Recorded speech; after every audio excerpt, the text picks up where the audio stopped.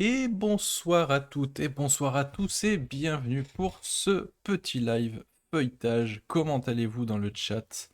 Est-ce que vous avez passé une bonne journée? Est-ce que le week-end fut bon, même si ça date un petit peu déjà? Dites-moi tout, salut salut. Vous êtes là pour essayer mon nouveau setup pour voir si l'argent des abonnés a été bien investi. Je pense que ça devrait faire un truc pas mal. Déjà la caméra, je pense que c'est un petit peu plus sympa. D'ailleurs, si je fais ça, c'est peut-être un peu mieux. Peut-être pas l'avoir en pleine gueule, mais si je fais un truc dans ce style-là, on est pas mal, je pense. On est pas mal. Ça va bien, bien, bien. Parfait. S'il n'est pas bien investi, on va faire une émeute. Mais oui, mais comme on ne garde pas les factures, vous ne pouvez pas tout savoir. Voilà. Non, non, non. Normalement, ça devrait être. J'y ai passé l'après-midi, donc ça devrait être bien. Parce que bah, le problème, c'est que ben, quand on a une cam de très bonne qualité, c'est cool.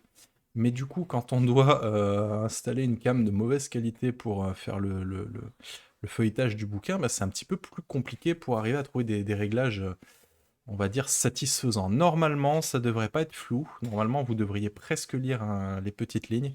On va essayer ça tous ensemble. Le week-end fut bon, la semaine fut bonne. Bah moi aussi, écoute, merci de demander.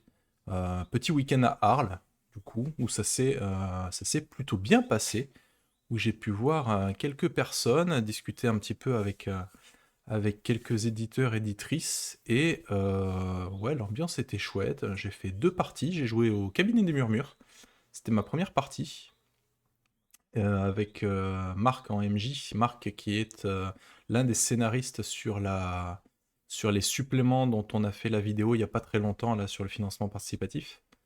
Qui est un très bon MJ. J'ai joué avec Monte Cristo d'ailleurs, et puis des viewers à moi, hein. On avait Choumi et son copain, et donc bah, c'était plutôt cool. Le Manitou est net, parfait. Donc voilà, Cabinet des Murmures, c'était très sympa. Et ensuite, j'ai essayé le jeu de rôle The Haste, donc de chez Entremonde. Euh, J'adore les jeux de cambriolage et tout ça, donc je suis un petit peu parti pris, mais ouais, c'était pas mal. Le chien a vu un chat. C'était pas mal, j'ai passé un bon moment. Après, bon, est-ce que c'est un jeu que j'aimerais m'offrir? Je sais pas encore. Il faudrait peut-être que je pousse un peu le test, voir un petit peu plus loin. C'était un petit peu, dans le cadre d'un one-shot, c'est un petit peu compliqué de se faire vraiment un avis, etc. Par contre, c'était très sympa parce qu'on était dans un musée. Donc, on a joué à côté de certaines œuvres qui étaient exposées. Donc, c'était plutôt chouette. C'était plutôt chouette. Maintenant, ça reste un petit festival. Il n'y avait pas énormément de monde sur place. C'était que samedi, dimanche. Mais bon, bah, dans un musée, c'est cool. J'ai fait la visite du musée. Du coup, je me suis dit, quitte à être dans le musée, autant faire la visite, quoi. Donc, c'est plutôt pas mal. Et puis, bah, voilà, j'ai papoté avec plusieurs maisons d'édition, notamment ben, Agathe, Entremonde, Pattern Recog Édition, Did Crows, qui c'est qu'il y avait d'autres? Bah, il y avait Cécile, mais c'est pas une édite. Ah, quoi que si, elle a fait un livre, donc à la limite, ouais. Qui c'est qu'on a vu d'autres? On a vu Arcana, l'équipe d'Arcana, dont on parlera normalement, si tout se passe bien, d'ici quelques temps sur la chaîne. Arcana, qui est un projet sympa. J'ai parlé aussi avec Simon Lee. Simon Lee, qui était donc les jeux de rôle indépendants, courant alternatif, tout ça. C'était très sympa d'ailleurs de papoter un petit peu avec lui, parce que j'avais jamais eu l'occasion de lui parler en IRL. Idem, j'ai vu Jérôme Larrey et Coralie David pour donc les lapins marteaux. Euh, plutôt cool aussi. Hop, attendez, je me mets en occupé parce que on me parle. Et donc voilà, plutôt chouette, un bon week-end. Un bon week-end. Et malheureusement, c'est toujours trop court, pas eu le temps de tout faire, en fait. Donc c'est super frustrant à chaque fois, tu te dis, ouais, c'est bon, je suis large. En plus, c'était vraiment un petit festival, quoi. Mais pourtant, bah écoute, pourtant, c'était très très sympa, quoi. Donc, c'est du Kiefer. Donc voilà, petit week-end sympa à refaire. Voilà. Tac, tac, tac. Eh ben écoutez, je pense qu'on va se lancer dans le feuilletage. Je sais pas ce que vous en pensez. Vous êtes là pour ça normalement. Comme ça permet de pas finir trop tard non plus parce que bon c'est. Alors Spire, je ne l'ai pas lu hein, encore, hein. Attention, moi j'aime bien parler de choses que je connais pas. Spire, c'est exactement ça. Je l'ai pas encore lu. C'est la prochaine lecture justement. Maintenant que j'ai terminé de lire un paléomythique, pardon.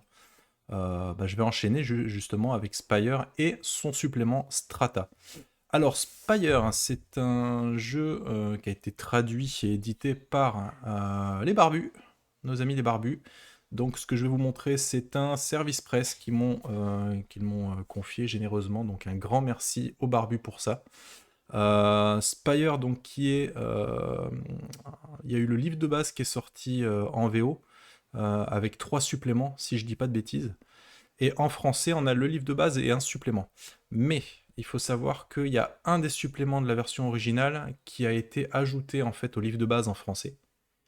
Et pareil, sur les 2 suppléments restants, bah, ils ont tout fusionné et ils ont fait le deuxième supplément français. Donc au final, on a 2 bouquins, mais on a tout ce qui est sorti jusqu'à présent en 2 bouquins, ce qui est plutôt cool, hein, on va pas se cacher. Donc on va tester voir où est-ce que l'argent des abonnés est passé. En anglais, il y a plus de suppléments que ça, mais des petits trucs. Eh ben écoute, j'ai pas trouvé ça. J'ai pas trouvé cette info. Donc tu en sais plus que moi. En tout cas, les gros suppléments, on va dire, peut-être que c'est des trucs gratuits ou je sais pas, mais en gros, de ce que j'ai vu, sur les 3 suppléments, ils en ont fait un seul et même volume. Est-ce que vous êtes prêts? Est-ce que vous êtes prêts à voir le setup du bureau? Soyez franc avec moi, hein. Dites-moi si c'est quand même mieux qu'avec le téléphone portable. J'espère quand même que ça va être mieux qu'avec le téléphone portable.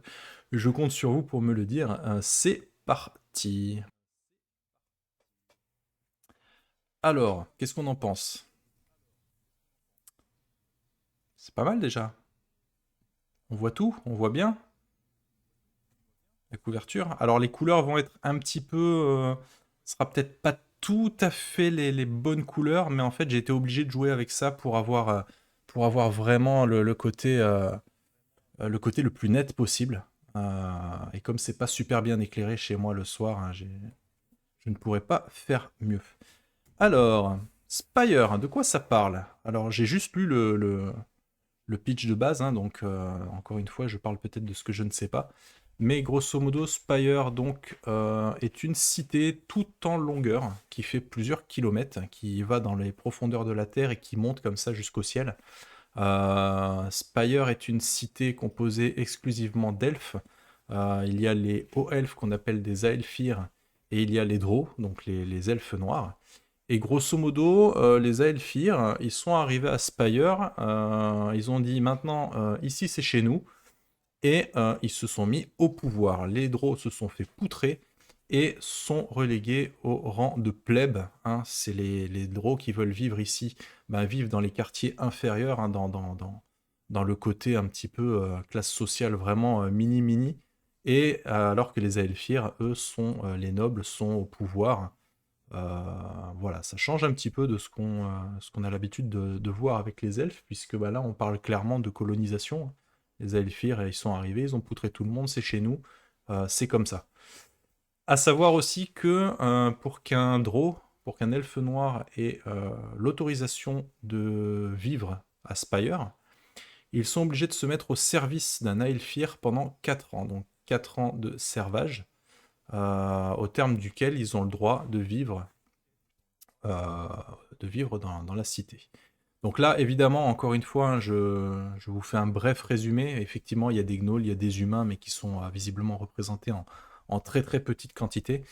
Encore une fois, je n'ai pas encore lu les bouquins, hein, je vous fais que du feuilletage, euh, puisque ça va être ma prochaine lecture. Donc on fera une autre vidéo avec le professeur Kiefer pour vous parler, du coup, bah, faire un retour de lecture et ce qu'on en a pensé, enfin ce que j'en ai pensé du coup. Voilà. On va commencer un petit servage, n'importe quoi. Je suis en train de lire le chat en même temps, ça va pas. Un petit feuilletage, du coup. Donc, hop, si je le mets comme ça, c'est peut-être un peu mieux. On est pas mal, hein, non? Niveau qualité. Je pense qu'on lit bien, là. Au moins, en tout cas, vous pouvez lire les grands titres. Peut-être pas tout ce qui est petit, mais au moins, vous pouvez lire les grands titres. Donc voilà, n'hésitez pas à me dire au niveau qualité ce que vous en pensez. Donc, eh bien, le bouquin s'ouvre sur la table des matières, donc le sommaire, ça c'est toujours bien. Hein, on va pas faire le sommaire, mais grosso modo, voilà, ça parle un petit peu de l'univers, des règles. Ensuite, ça enchaîne sur la création de personnages, le combat. Ensuite, on détaille un petit peu plus le lore, hein, puisque c'est les quartiers par quartier, etc. Vers la fin du bouquin, mener une partie. Donc, on a toutes les aides de jeu, etc. Fiche de personnage et un scénario qui s'appelle De poussière et de sang, ainsi qu'un index, ce qui n'est pas toujours le cas, mais ça, c'est plutôt cool. Et les remerciements, bien sûr. Alors, on est sur un jeu qui a une charte graphique assez particulière. Donc, autant ce genre de choses, voilà, on dirait que c'est défoncé et tout ça, j'aime beaucoup. Autant la plupart des illustrations, j'ai un petit peu plus de mal. Alors, c'est un goût personnel, hein, c'est pas, je dis pas que c'est nul ou que c'est bien. Je dis juste que c'est un style graphique avec lequel j'ai un petit peu de mal. Je pense qu'il faudra, c'est comme beaucoup de choses, il faudra une question, c'est une question d'habitude. Donc voilà, les Aelfir, les humains, les traditions des Draux, traditions des Aelfir, on parle du culte. Ah oui, alors, ce que je vais oublier de vous dire, en tant que Drow, donc les PJ jouent des Drows, hein, vous jouez, en fait, vous êtes membre d'un culte, un culte secret, un culte officieux, qui a pour but un peu la révolution. Le but du jeu, et le but des PJ, c'est de se dresser contre les Aelfir, de leur pourrir la vie et petit à petit d'espérer au moins contribuer à une amélioration des choses. Le parti pris du jeu fait que c'est une résistance, une rébellion qui va être tellement longue à mettre en place, qui va demander tellement de sacrifices, tellement de, de, voilà, de bravoure, tout ce que vous voulez, que ça va prendre vraiment très très longtemps. Et probablement que les personnages dans le jeu ne vont pas voir le dénouement. Donc vraiment, on est dans un univers très dur où les PJ vont faire ce qu'ils peuvent en fait pour faire avancer un petit peu cette rébellion, cette révolution, sans forcément avoir peut-être l'occasion de vivre le dénouement. Donc voilà, c'est très... voilà. En général, l'issue n'est pas super agréable hein, ni super joyeuse pour les PJ, mais voilà, c'est un thème vraiment très spécifique que je connais pas trop. J'ai jamais abordé ce genre de thématique, donc ça m'intéresse un petit peu. En plus, c'est de l'urban fantasy, donc clairement, c'est tout ce qu'il me faut. Donc, vous voyez ce que je vous disais sur les illustrations, on est sur un type d'illustration assez particulier. Les règles, alors je parle encore sans savoir, mais de ce que j'en ai vu, on a des caractéristiques, on a des D10, on lance entre 3, 4 ou 5 D10 selon les stats qu'on a, et on garde celui qui fait le plus haut. Et ouais, si c'est 1, bah, c'est un échec critique. De 2 à 5, c'est un échec, on augmente son stress. 6 à 7, réussite mitigée, mais on augmente le stress. 8-9, c'est une réussite, le stress ne change pas. Et à 10, c'est une réussite critique. On inflige un stress pour chaque 10 obtenu. Voilà, salut les arrivants et les arrivantes. Donc voilà, on approfondira bien évidemment le système en compagnie de Kiefer hein, lors d'une vidéo dédiée. Là pour le moment, on va faire juste un un petit feuilletage. Vous voyez ce que je vous disais sur les illustrations? C'est un style spécifique. J'ai un poil de difficulté avec. Je dis pas que c'est moche, j'aime bien, mais c'est un petit peu différent de ce que j'ai l'habitude de voir, quoi. Alors pour le coup, le stress évolue énormément au fur et à mesure des jets de dés et de leurs effets. Oui, de ce que j'ai compris, c'est ça. C'est des jauges en fait qui vont plus augmenter que diminuer d'ailleurs, mais qui, de ce que j'ai lu, font tout le sel du jeu. Donc on passe à la partie équipement. Donc vous voyez, il y a quand même on n'est pas dans du médiéval classique, hein, c'est pas tout à fait du steampunk non plus, mais mais il y a quelques inventions quand même, hein. Un petit signet qui va bien. Alors là, ça se voit pas trop, mais il est bleu, hein. Il est bleu de la même couleur que la couverture. On a les personnages, vous voyez, avec de temps en temps des incrustations. C'est ça, c'est du dessin, c'est selon les goûts des gens. Et si vous vous souvenez bien, pour Donjons et compagnie, au tout début, j'avais dit que j'avais beaucoup de mal avec les illustrations de Laetitia Combe. C'était un style qui me plaisait pas, je n'aimais pas le noir et blanc. Et en fait, à force de les voir, je m'y suis habitué et au fur et à mesure, j'ai réussi à voir les détails, les subtilités des illustrations. Et maintenant, j'aime beaucoup ce que Niden l'a fait. Donc Laetitia Combe fait. Là, c'est un style qui est très différent, qui est très tout en couleur, hein, en fait. Et donc là, on passe à ce que vous attendez tous et toutes, c'est la création de personnages. Les personnages, là, ça on s'en fout. Alors les corvées, donc en fait, quand vous créez le personnage, vous créez la corvée, c'est-à-dire qu'est-ce qu'il a fait et auprès de qui. Donc durant ces 4 années de servage, vous pouvez encore l'être ou avoir fini de mémoire. Hein, enfin, je pensais à un truc comme ça. Et on a les différentes classes, on va dire, archétypes du jeu. Vous avez les Azurites, marchand, négociant, un arnaqueur des docks du Sud, revêtu d'or et d'azur sacré. Vous êtes le bienvenu partout. Et grâce aux affaires que vous avez menées et aux créances que vous détenez, vous avez des contacts dans tous les quartiers de Spire. Voilà, donc un marchand négociant. Je passe sur les spécificités, etc. Nous avons le voltigeur. Hein. Vous êtes un vengeur acrobate qui délivre une justice expéditive et définitive aux criminels. Vous vénérez les multiples divinités qui habitent votre armure, vos cordages, vos armes, et en échange, ces génies veillent sur vous. Donc on est vraiment dans un truc, voilà, c'est très très fantasy. Hein. Tu peux même avoir fui ton servage de mémoire, ce qui peut compliquer la vie de ton perso en cours de partie. Effectivement, mais c'est d'autant plus intéressant, puisqu'on est vraiment dans un jeu d'infiltration, de faux semblants, de secrets, de complots. Donc bah, ça ajoute encore du sel, c'est vraiment cool. Voilà, donc ça doit être le voltigeur. On a une illustration par classe hein, pour le moment. Donc c'est du dessin, mais c'est pas mal. On a le prêtre charognard. Vous êtes un adepte de Caron, membre d'une secte hérétique d'adorateurs de la mort, hein, qui vivent dans les hauteurs de Spire, au sein des tours et des oubliettes de Nouvelle-Éden. En tant que tel, vous considérez que les hyènes sacrées doivent dévorer les dépouilles des défunts pour assurer le passage de leur âme vers l'après-vie. Donc on a une classe à pète, hein, un prêtre avec sa hyène, ce qui est quand même assez original, hein, on va pas se mentir, je n'ai pas souvenir d'avoir vu un autre jeu de rôle qui proposait ce combo. Un prêtre avec un pet, c'est plutôt chouette. On la voit ici, très chouette.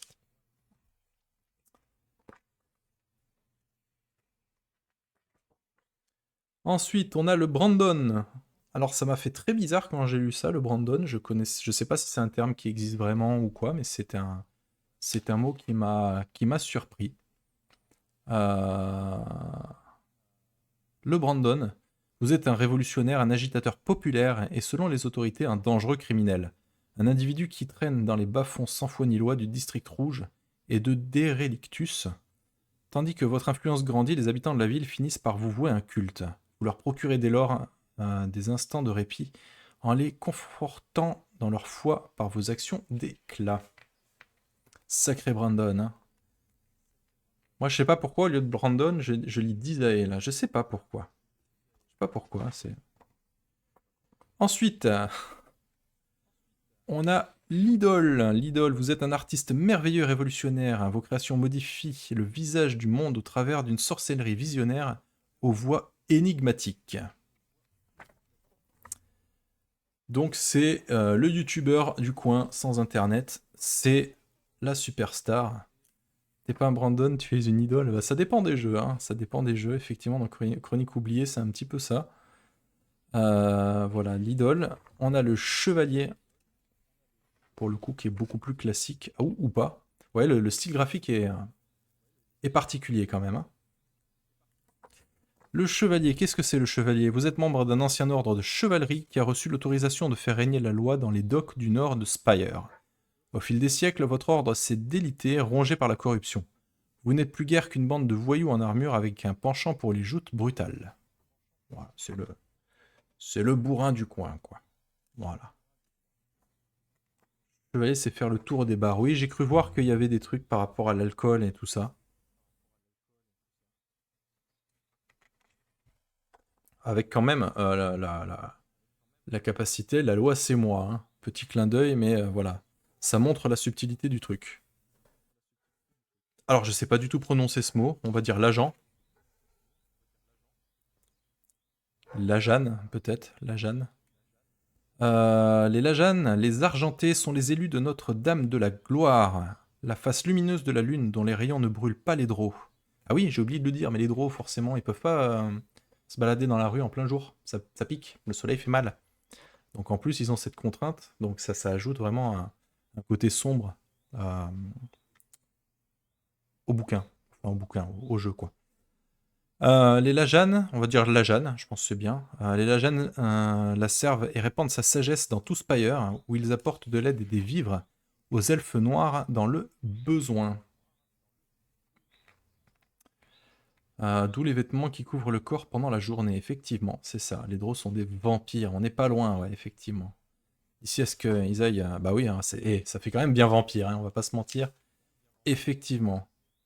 J'ai trop entendu les lasagnes. Ça, c'est parce que t'as pas encore mangé, ça. Remarque, ça fait longtemps que j'avais pas mangé de lasagne. Ensuite, on a les 100 visages. Pour accomplir votre corvée, vous avez servi un elfir qui gravite dans les hautes sphères de la société spirienne. Vous êtes habitué à porter un masque de cérémonie en public, comme l'exige la coutume pour tous les elfirs et leurs serviteurs. Vous êtes devenu un maître du faux-semblant qui aide discrètement la rébellion sans jamais se faire remarquer. Ok, tac. Donc là, on a effectivement on voit les différents, le serviteur avec le masque ou même les membres de la noblesse, on ne sait pas trop. Tous et toutes portent des masques. Nous avons la nourricière. Héritière d'une antique lignée d'érudits et de défenseurs des Drows, vous avez la chance de posséder du sang arachnéen, dont la sorcellerie et les méditations ont accru la puissance. Déjà, ça commence bien. De plus, vous êtes responsable de l'avenir de votre race. Vous prenez soin des futurs Drows pendant qu'ils sont en gestation dans leurs œufs membraneux. Vous veillez sur eux et prenez garde qu'il ne leur arrive aucun mal. Donc voilà, les elfes naissent dans des œufs. Voilà. Ce ne sont pas des mammifères. Par contre, j'aime bien l'illustration. C'est un peu flippant, mais... Ensuite, on a les sages vermiciens. Alors, le vermicien est un échec retentissant, un projet de réseau de transport en commun à travers Spire tombé en ruine, qui a pulvérisé les barrières séparant les mondes et conçu par des rétro-ingénieurs humains abreuvés de financement. À présent, dans un dédale de tunnels et de couloirs se terminant en cul-de-sac, une secte d'historiens drôles met à profit cet espace non euclidien pour conserver des informations et des reliques de leur nation mère. Vous êtes l'un d'entre eux, un sage de l'arche vermicienne. D'accord, ils ont essayé de faire un métro et ça n'a pas marché. Voilà. Ok. J'aime bien, je trouve que les classes sont à part le paladin, là, le guerrier, le chevalier. Sinon, je trouve que les classes sont très originales. Amélioration supplémentaire. Alors, c'est un jeu où je trouve on retrouve un petit peu du PBTA, on retrouve un petit peu du Forge in the Dark, on retrouve, voilà, il y a pas mal de petites influences à droite, à gauche, ce qui me laisse penser que ça va donner quelque chose de très sympa parce qu'on a pas des compétences, mais des espèces de moves un petit peu spécifiques à chaque fois, que ce soit spécifique à une classe ou de manière plus générale, mais c'est plutôt chouette. Donc après, voilà, on a le combat, on va feuilleter un petit peu plus vite, hein. Le but, c'est pas non plus de vous montrer les 300 et quelques pages. Non, il fait pas 300 pages. Il fait combien de pages ce truc? Ouais, 230, hein, quand même, c'est pas mal. Donc là, après, voilà, vous avez, on parle des différents quartiers de factions, du commerce et tout ça. Donc à chaque fois, en plus, avec des petites illustrations qui vont bien. J'ai hâte de lire le bouquin parce que voilà, il y a des trucs un peu chelous. Je sais pas trop à quoi m'attendre. C'est particulier. Ah, c'est des baleines volantes peut-être. Ça ressemble pas trop à des baleines, mais peut-être que c'est encore autre chose. En tout cas, voilà, il y a des trucs un petit peu particuliers. C'est très mystique tout ça. Oui, je trouve aussi. Je trouve aussi, voilà, une belle double page, enfin double page, une page recto verso d'illustration. Le quartier rouge, les factions du crime, les temples de cristal, le district d'ivoire, le quartier d'argent avec les échecs, même les petites pièces, elles ont des petites épées, c'est rigolo.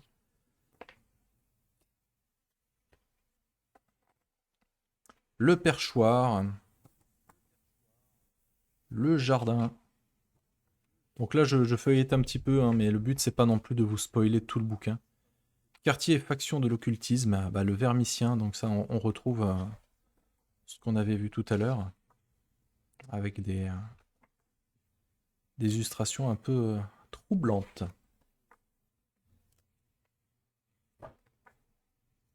Le manoir, les abeilles aveugles et leurs gardiens, la fosse commune. Voilà, que des lieux qui sont positifs, hein, qui respirent la joie de vivre, hein, n'est-ce pas? La nuée spectrale, le hall des ancêtres.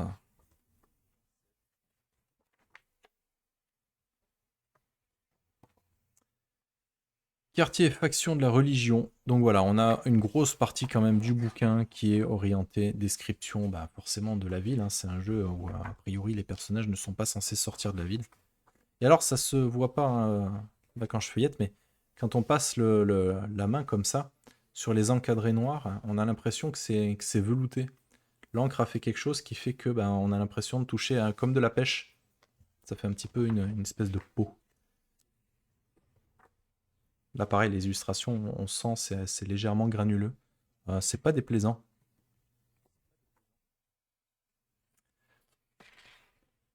Hop. Donc voilà, ça c'est le livre de base, ainsi que un des suppléments, donc, mais je ne sais plus lequel, en version anglaise.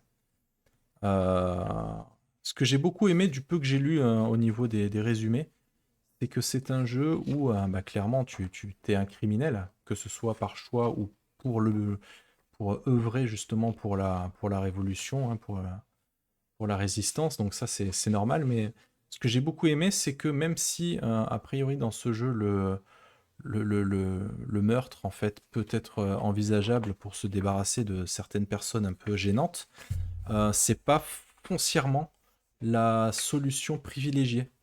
Hein. Ils expliquent que tuer quelqu'un, ben, effectivement, ça va régler un souci de façon temporaire, mais qu'une autre personne va venir prendre la place.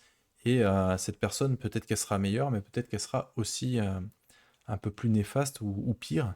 Et donc, ils expliquent que c'est plus intéressant de manière générale à trouver des choses compromettantes, à essayer de retourner la personne, de lui faire du chantage de façon à l'avoir dans la poche, plutôt que bah, de juste la tuer, quoi. Donc j'aime bien le fait que le meurtre ne soit pas une solution à tout, même si ça peut éventuellement être envisagé. Je sais pas du tout ce que je vous montre, hein. Il y a des gros trucs rouges. Je sais pas ce que ça doit être des religions peut-être ou quelque chose comme ça. Oui, Dieu des secrets égarés. Voilà, on est sur on est sur le côté voilà religion et peut-être un peu mécanique aussi. Ouais, c'est rigolo. Hein. Ouais, c'est très bien pour le jeu que le meurtre soit loin d'être la solution mérade. Ça incite à trouver d'autres solutions. Exactement, d'autres solutions et puis bah des fois peut-être de façon plus originale, je ne sais pas. Euh, donc, euh, donc voilà, on est sur les aides de jeu. Hop. La fiche de personnage, ouais, qui est très, on va revenir dessus, qui est très simple au final. Hein. Il n'y a pas 36 choses. Hein. Il y a compétences, domaine, les techniques, l'équipement. Après, voilà, je sais pas trop ce que c'est. Les attaches, je sais pas trop ce que c'est. Les capacités, bah, c'est les techniques spéciales, c'est les moves. Les contre-coups. Alors les contre-coups, je crois que quand vous commencez à morfler en termes de stress, au bout d'un moment, le MJ va lancer un dé et selon le résultat qu'il fait, il peut vous mettre un contre-coup. Genre, je sais pas si, admettons, j'en sais rien, moi je dis une connerie, si vous êtes blessé au pied et il fait un bon jet, bah voilà, du coup derrière, bah, vous boitez, donc vous avez probablement des malus, quelque chose comme ça. Je crois avoir lu quelque chose dans ce style. Attache, c'est des liens. Ah oui, c'est ça. C'est ce qu'on disait tout à l'heure pour le côté PBTA, Forge in the Dark. C'est les liens qu'on choisit avec les PJ, mais aussi des PNJ. Je crois que j'ai vu ça dans les. On va y revenir juste après, là, dans les classes. Là, c'est le scénario, avec une introduction, etc. Donc, c'est vraiment un petit scénario, parce qu'il fait que 3 pages au final. Les factions derrière. J'imagine que c'est les factions euh, par rapport au scénario. On a des pré-tirés quand même, ça c'est super cool. C'est pas toujours obligatoire, mais c'est plutôt chouette. Donc avec... est-ce qu'on a une illustration à chaque fois? Non, on n'a pas d'illustration à chaque fois. Mais ça reste quand même bien cool d'avoir des pré-tirés. Et puis ben, on a les index. On va retourner vite fait du côté des classes. Juste pour voir un petit peu ce que c'est que les... Allez, on va prendre Idol pour faire plaisir à Didae. Pour voir ce que c'est. Les attaches. Alors, vous entretenez une attache de rang local avec vos admirateurs, nommez 3 d'entre eux et évoquez le futur projet qui excite le plus votre groupe de fans. Ça, c'est pour les PNJ. Et du coup, pour un PJ, vous possédez une attache avec un PJ qui a des sentiments pour vous, même s'il refuse de l'admettre. Décrivez l'épisode où vous avez découvert son attirance. Voilà. Alors, ça, c'est un des rares qui est un petit peu feu de l'amour, mais il y en a qui sont un peu plus gratinés. Hein. De mémoire, j'avais lu celui du prêtre. Ouais, le prêtre, il a des trucs sympas. Alors, vous entretenez une attache de rang local avec les adeptes de Caron, une bande de fidèles du dieu charognard qui réside dans le Nouvel Éden. Indiquez le nom de 3 adeptes et ceux qui clochent chez eux. Voilà, on est déjà sur un... Voilà, je trouve ça cool. Et envers les PJ, vous avez une attache avec un PJ que vous avez soutenu lors d'un deuil, que ce soit en lui offrant un soutien moral ou en prenant soin de la dépouille. Indiquez de quel PJ il s'agit et qui est mort dans l'affaire. Donc bon, voilà, ça redescend d'un cran au niveau ambiance, quoi. Voilà, donc c'est The Spire. Encore une fois, hein, chez les barbus. Qu'est-ce qu'on a derrière? Derrière, voilà, on a le petit descriptif du bouquin. Voilà. Donc ça, c'était le livre de base. Mais ce n'est pas tout. J'ai un deuxième bouquin à vous montrer. Hop. Un deuxième bouquin de Spire qui s'appelle Strata. Strata, donc c'est Strata le supplément, plus le deuxième supplément qu'il y avait dans la VO, qui a été ajouté à celui-là. Strata qui est un supplément qui est encore plus épais que le livre de base. Le livre de base qui faisait 230 pages, là on a un bouquin qui en fait 260 à peu près. Voilà, donc il y a une trentaine de pages en plus. Et pour le coup, celui-là, je ne l'ai pas du tout ouvert. On va regarder ça ensemble. Alors, qu'est-ce qu'on a? Une introduction, on a des nouvelles classes, visiblement 2 nouvelles classes. On a un contexte de haute société, de prolétariat, on a plein de scénarios. Ouais, il y en a 1, 2, 3, 4, 5, 6, 7, 8, 9, on a 10 scénarios, donc c'est vraiment un recueil de scénarios. Moi, j'adore ce genre de bouquin. Des sectes, de la magie noire, et les aides de jeu, et les index et les remerciements. On va regarder ce que sont ces nouvelles classes. Il y en a 2. Oh, celui-là, il me plaît, celui-là. Celui-là, il me plaît. Je sais pas ce que c'est, mais il me plaît. On a l'encromancien. Depuis que les humains ont importé la presse à imprimer à Spire, contrôler et canaliser la Zeitgeist, l'esprit de votre époque, n'a jamais été aussi facile. Vous connaissez le pouvoir occulte de la fiction populaire, vous manipulez la magie du sensationnalisme dont raffolent les journaux, et portez vos histoires comme une cape. Vous êtes toujours à la frontière de la fiction et de la réalité. En tant qu'écrivain, vous n'êtes pas mauvais. En tant que magicien, vous en mettez plein les yeux. C'est C'est surprenant comme mélange. C'est plutôt cool, je trouve.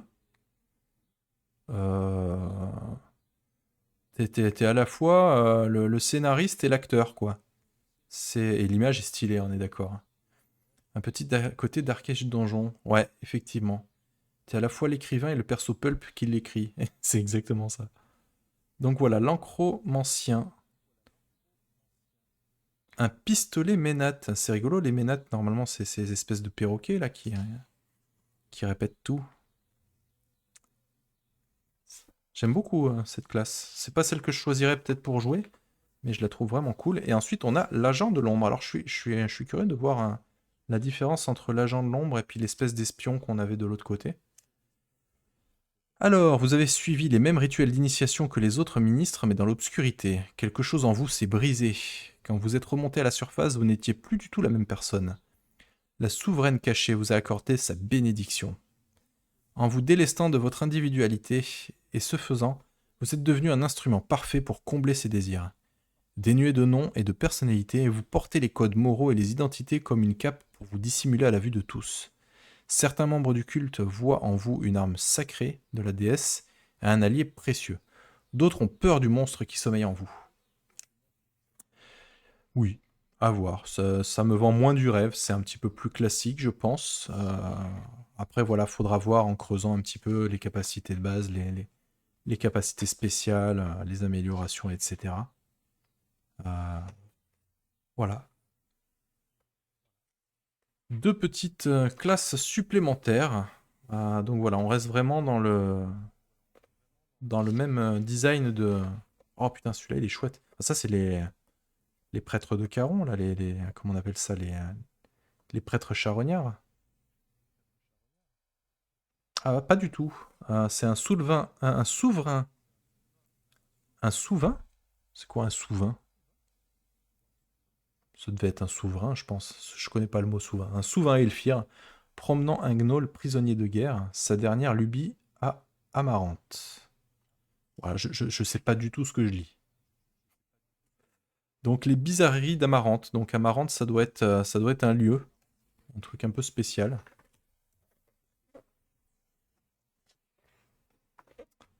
Ouais, c'est quand même, c'est spécial, mais c'est sympa quand même comme illustration. Donc là, c'est un elfir agenouillé devant son hôtel domestique, se démasque devant ses dieux. Ok.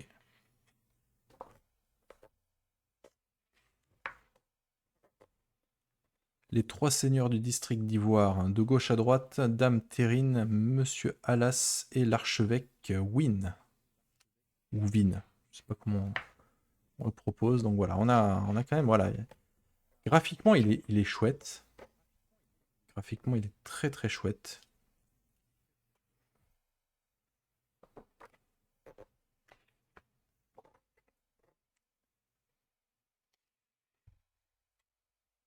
Les maisons nobles Drow.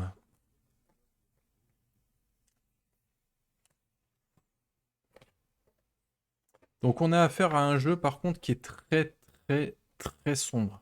C'est-à-dire que probablement que la plupart d'entre vous êtes habitués à jouer à des jeux dark fantasy très sombres. Je vous avoue que de mon côté, ça fait très longtemps que, que j'en ai pas joué. A plus, Tomoun, merci d'être passé.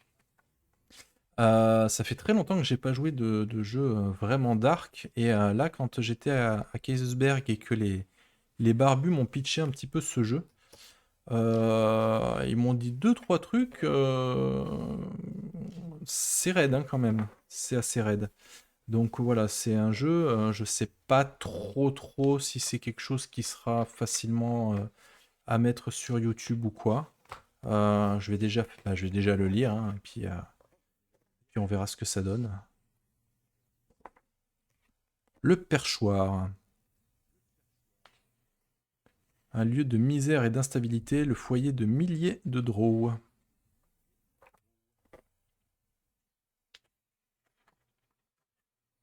C'est la vraie révolution, celle qui fait pas dans la dentelle face à des tyrans. Ouais, mais au-delà de ça, c'est vraiment visiblement comment dire, les phénomènes de mode, les lubies, en fait, des Aelfir qui sont vraiment pétés de pognon et qui sont assez extrêmes, en fait, hein, dans certains trucs. Euh, donc j'en dirai un petit peu plus quand je l'aurai lu, en fait, hein, tout simplement. Je vais en avoir pour un petit moment parce qu'il est quand même bien touffu, hein, le bouquin.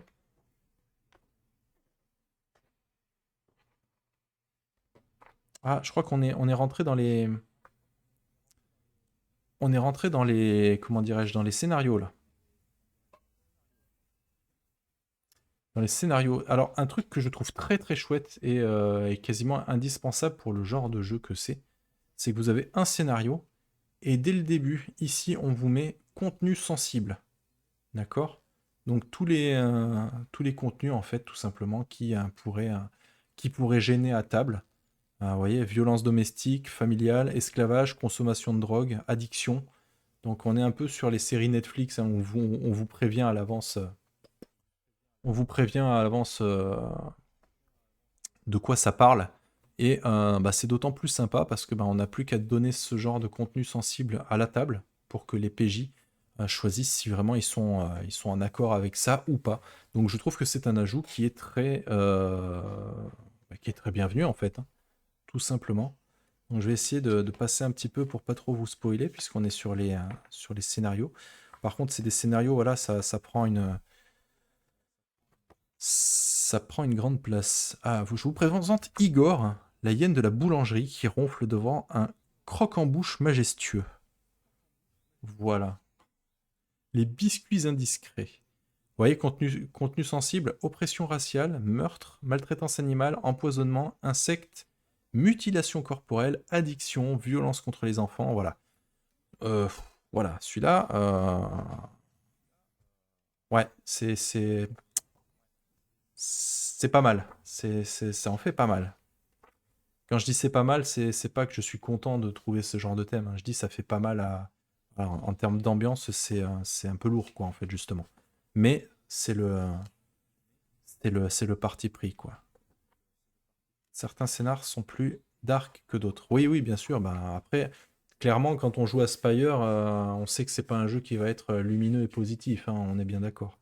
Donc après, voilà, quand le MJ et puis la table se lancent sur ce jeu, je pense que tout le monde est un petit peu d'accord, hein, sur ce à quoi on va jouer, quoi. Salut, salut, Widge. La chute de Glacelm. Voilà, je vais passer un petit peu plus vite parce qu'au final, les scénarios, même s'il y a de très très belles illustrations, il n'y a pas grand chose à vous montrer et ça va vous spoiler plus qu'autre chose. Par contre, j'aime bien à chaque fois la petite légende qui dit enfin, qu'est-ce qu'on est en train de regarder en fait, tout simplement.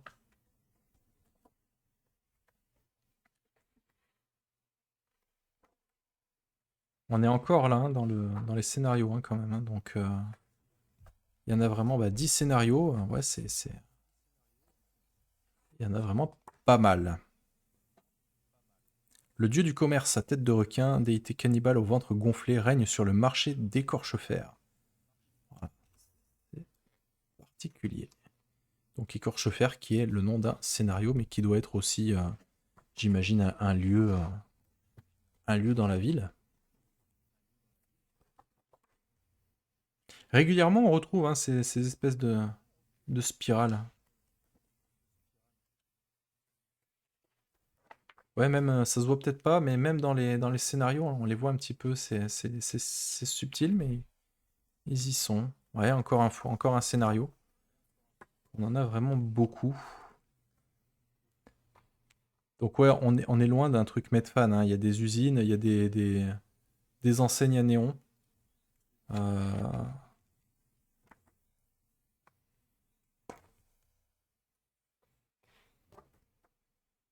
hmm, charmant. Personnages pré-tirés, donc on a d'autres personnages pré-tirés, visiblement. Ah, ou alors c'est des personnages pré-tirés exprès pour le scénario. Probablement. Peut-être qu'ils le font à chaque fois, j'en sais rien, je vais vérifier, tiens. Est-ce que celui-là, il a des pré-tirés? Autre personnage non joueur. Tac, tac, tac. Exemple de scène, la fin de l'histoire. Stratégie, conclusion. Non, visiblement, ils n'ont pas tous... ou alors je les ai ratés, mais... Il n'y a pas... Tous les scénarios n'ont pas de pré-tiré. Moisson noire, encore un voilà, sacrifice humain, meurtre, on est... C'est la joie, quoi. Il y a des druides aussi.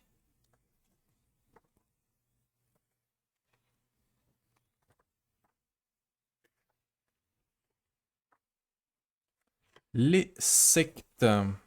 C'est bien parce que du coup, avec la cam, maintenant, j'ai pas besoin de me préoccuper du pourcentage de batterie de mon téléphone.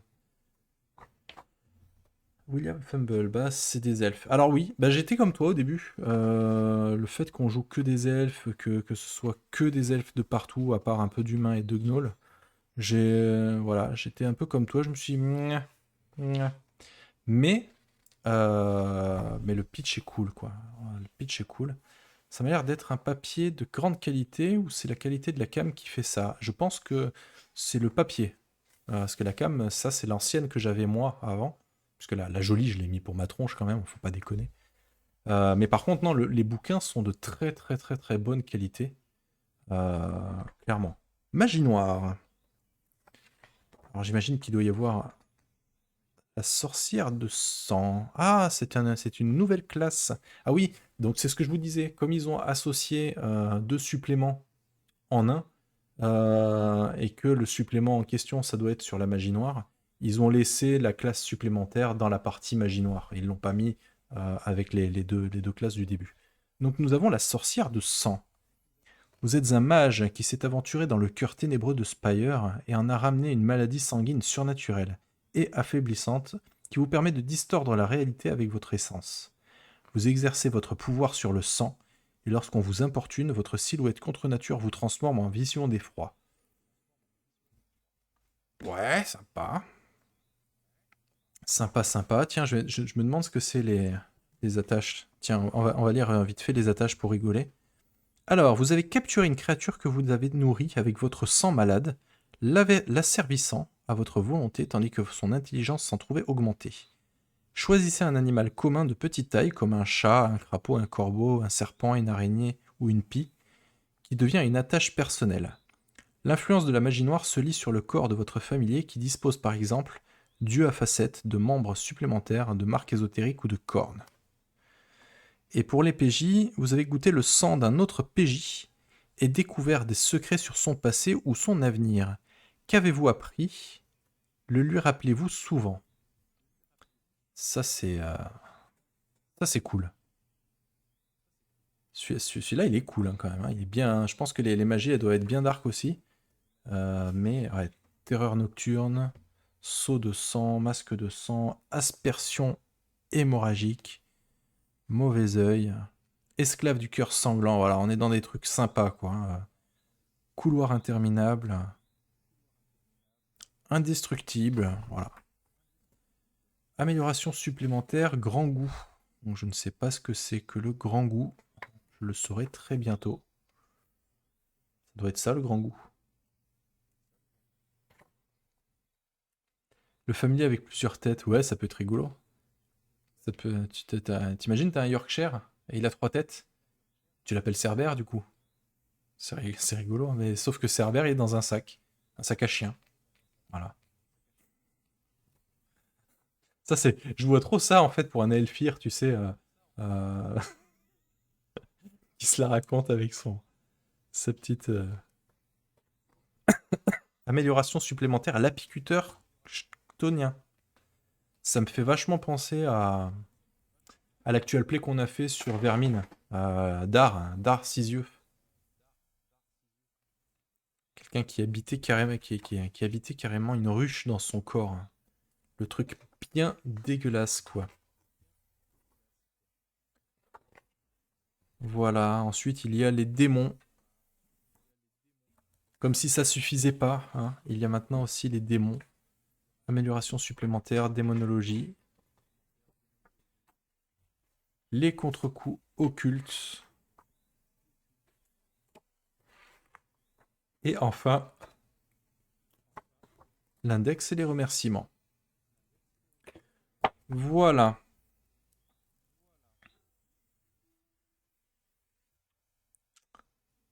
Donc ça, c'était le supplément de Spire, donc le supplément Strata. Donc, ouais, plutôt chouette, hein, les deux bouquins côte à côte. C'est des beaux bouquins. Ouais. Hop. Voilà. Dites-moi ce que vous en avez pensé. Est-ce que vous trouvez que, à la lecture, les bouquins ont l'air cool? Moi, perso, je les trouve cool. Vraiment, vraiment chouette. Alors, ça va pas être une partie de plaisir pour moi de lire ça, clairement, parce que bah, les trucs un peu dark et tout ça, j'ai toujours un petit peu de mal. On va repasser sur Wesh ma gueule. Hop. Comme ça, je peux remettre mon clavier en place. Ouais, quand je dis que ça va pas être une partie de plaisir, c'est surtout la thématique qui va être un petit peu lourde, qui va être un petit peu difficile pour moi à lire. Par contre, je suis impatient de lire ce bouquin parce que ça a l'air d'être un jeu vraiment très sympa. Donc, je sais pas ce que vous en avez pensé. C'est clairement des beaux ouvrages, comme le premier Shan, Résistance des héros, etc. ou dans Midnight. Ok, je les connais pas. Rien que jouer dans une ville verticale, une tour immense, c'est un setting intéressant. C'est vrai que ça change de la plupart des villes en fait qui sont étalées, hein. Je pense à Blade in the Dark, Brigandine, etc. C'est un jeu de rôle de qualité, mais il faut que la table soit en phase avec l'ambiance. Exactement, c'est ce qui va être le plus difficile, notamment pour moi, puisque ben, dès que je cherche à faire MJ sur des jeux un petit peu d'ambiance, ben, mes PJ se marrent. Voilà, ce qui fait que j'ai essayé un Cthulhu une fois, la table était morte de rire et j'ai plus jamais osé proposer un truc vraiment trop sérieux. Parce que je suis le premier aussi à faire le con, hein, on va pas se mentir, hein. Mais, euh, mais du coup, ouais, c'est c'est un peu compliqué pour moi de jouer des trucs vraiment à ambiance. On est sérieux ici, monsieur? Oui, oui, oui, bien sûr. Oui, oui, oui, oui, toujours. Frère de sang alors pour Cthulhu. Ouais, mais après, enfin, je suis pas film d'horreur, je suis pas film gore, etc., hein. C'est pas trop mon truc à la base. Il se marre peut-être pour vaincre la peur. Non, pas du tout. Pas du tout. Surtout sur Brigandine, oui, c'est ça. Exactement, c'est vrai que sur Brigandine, tout le monde est très sérieux,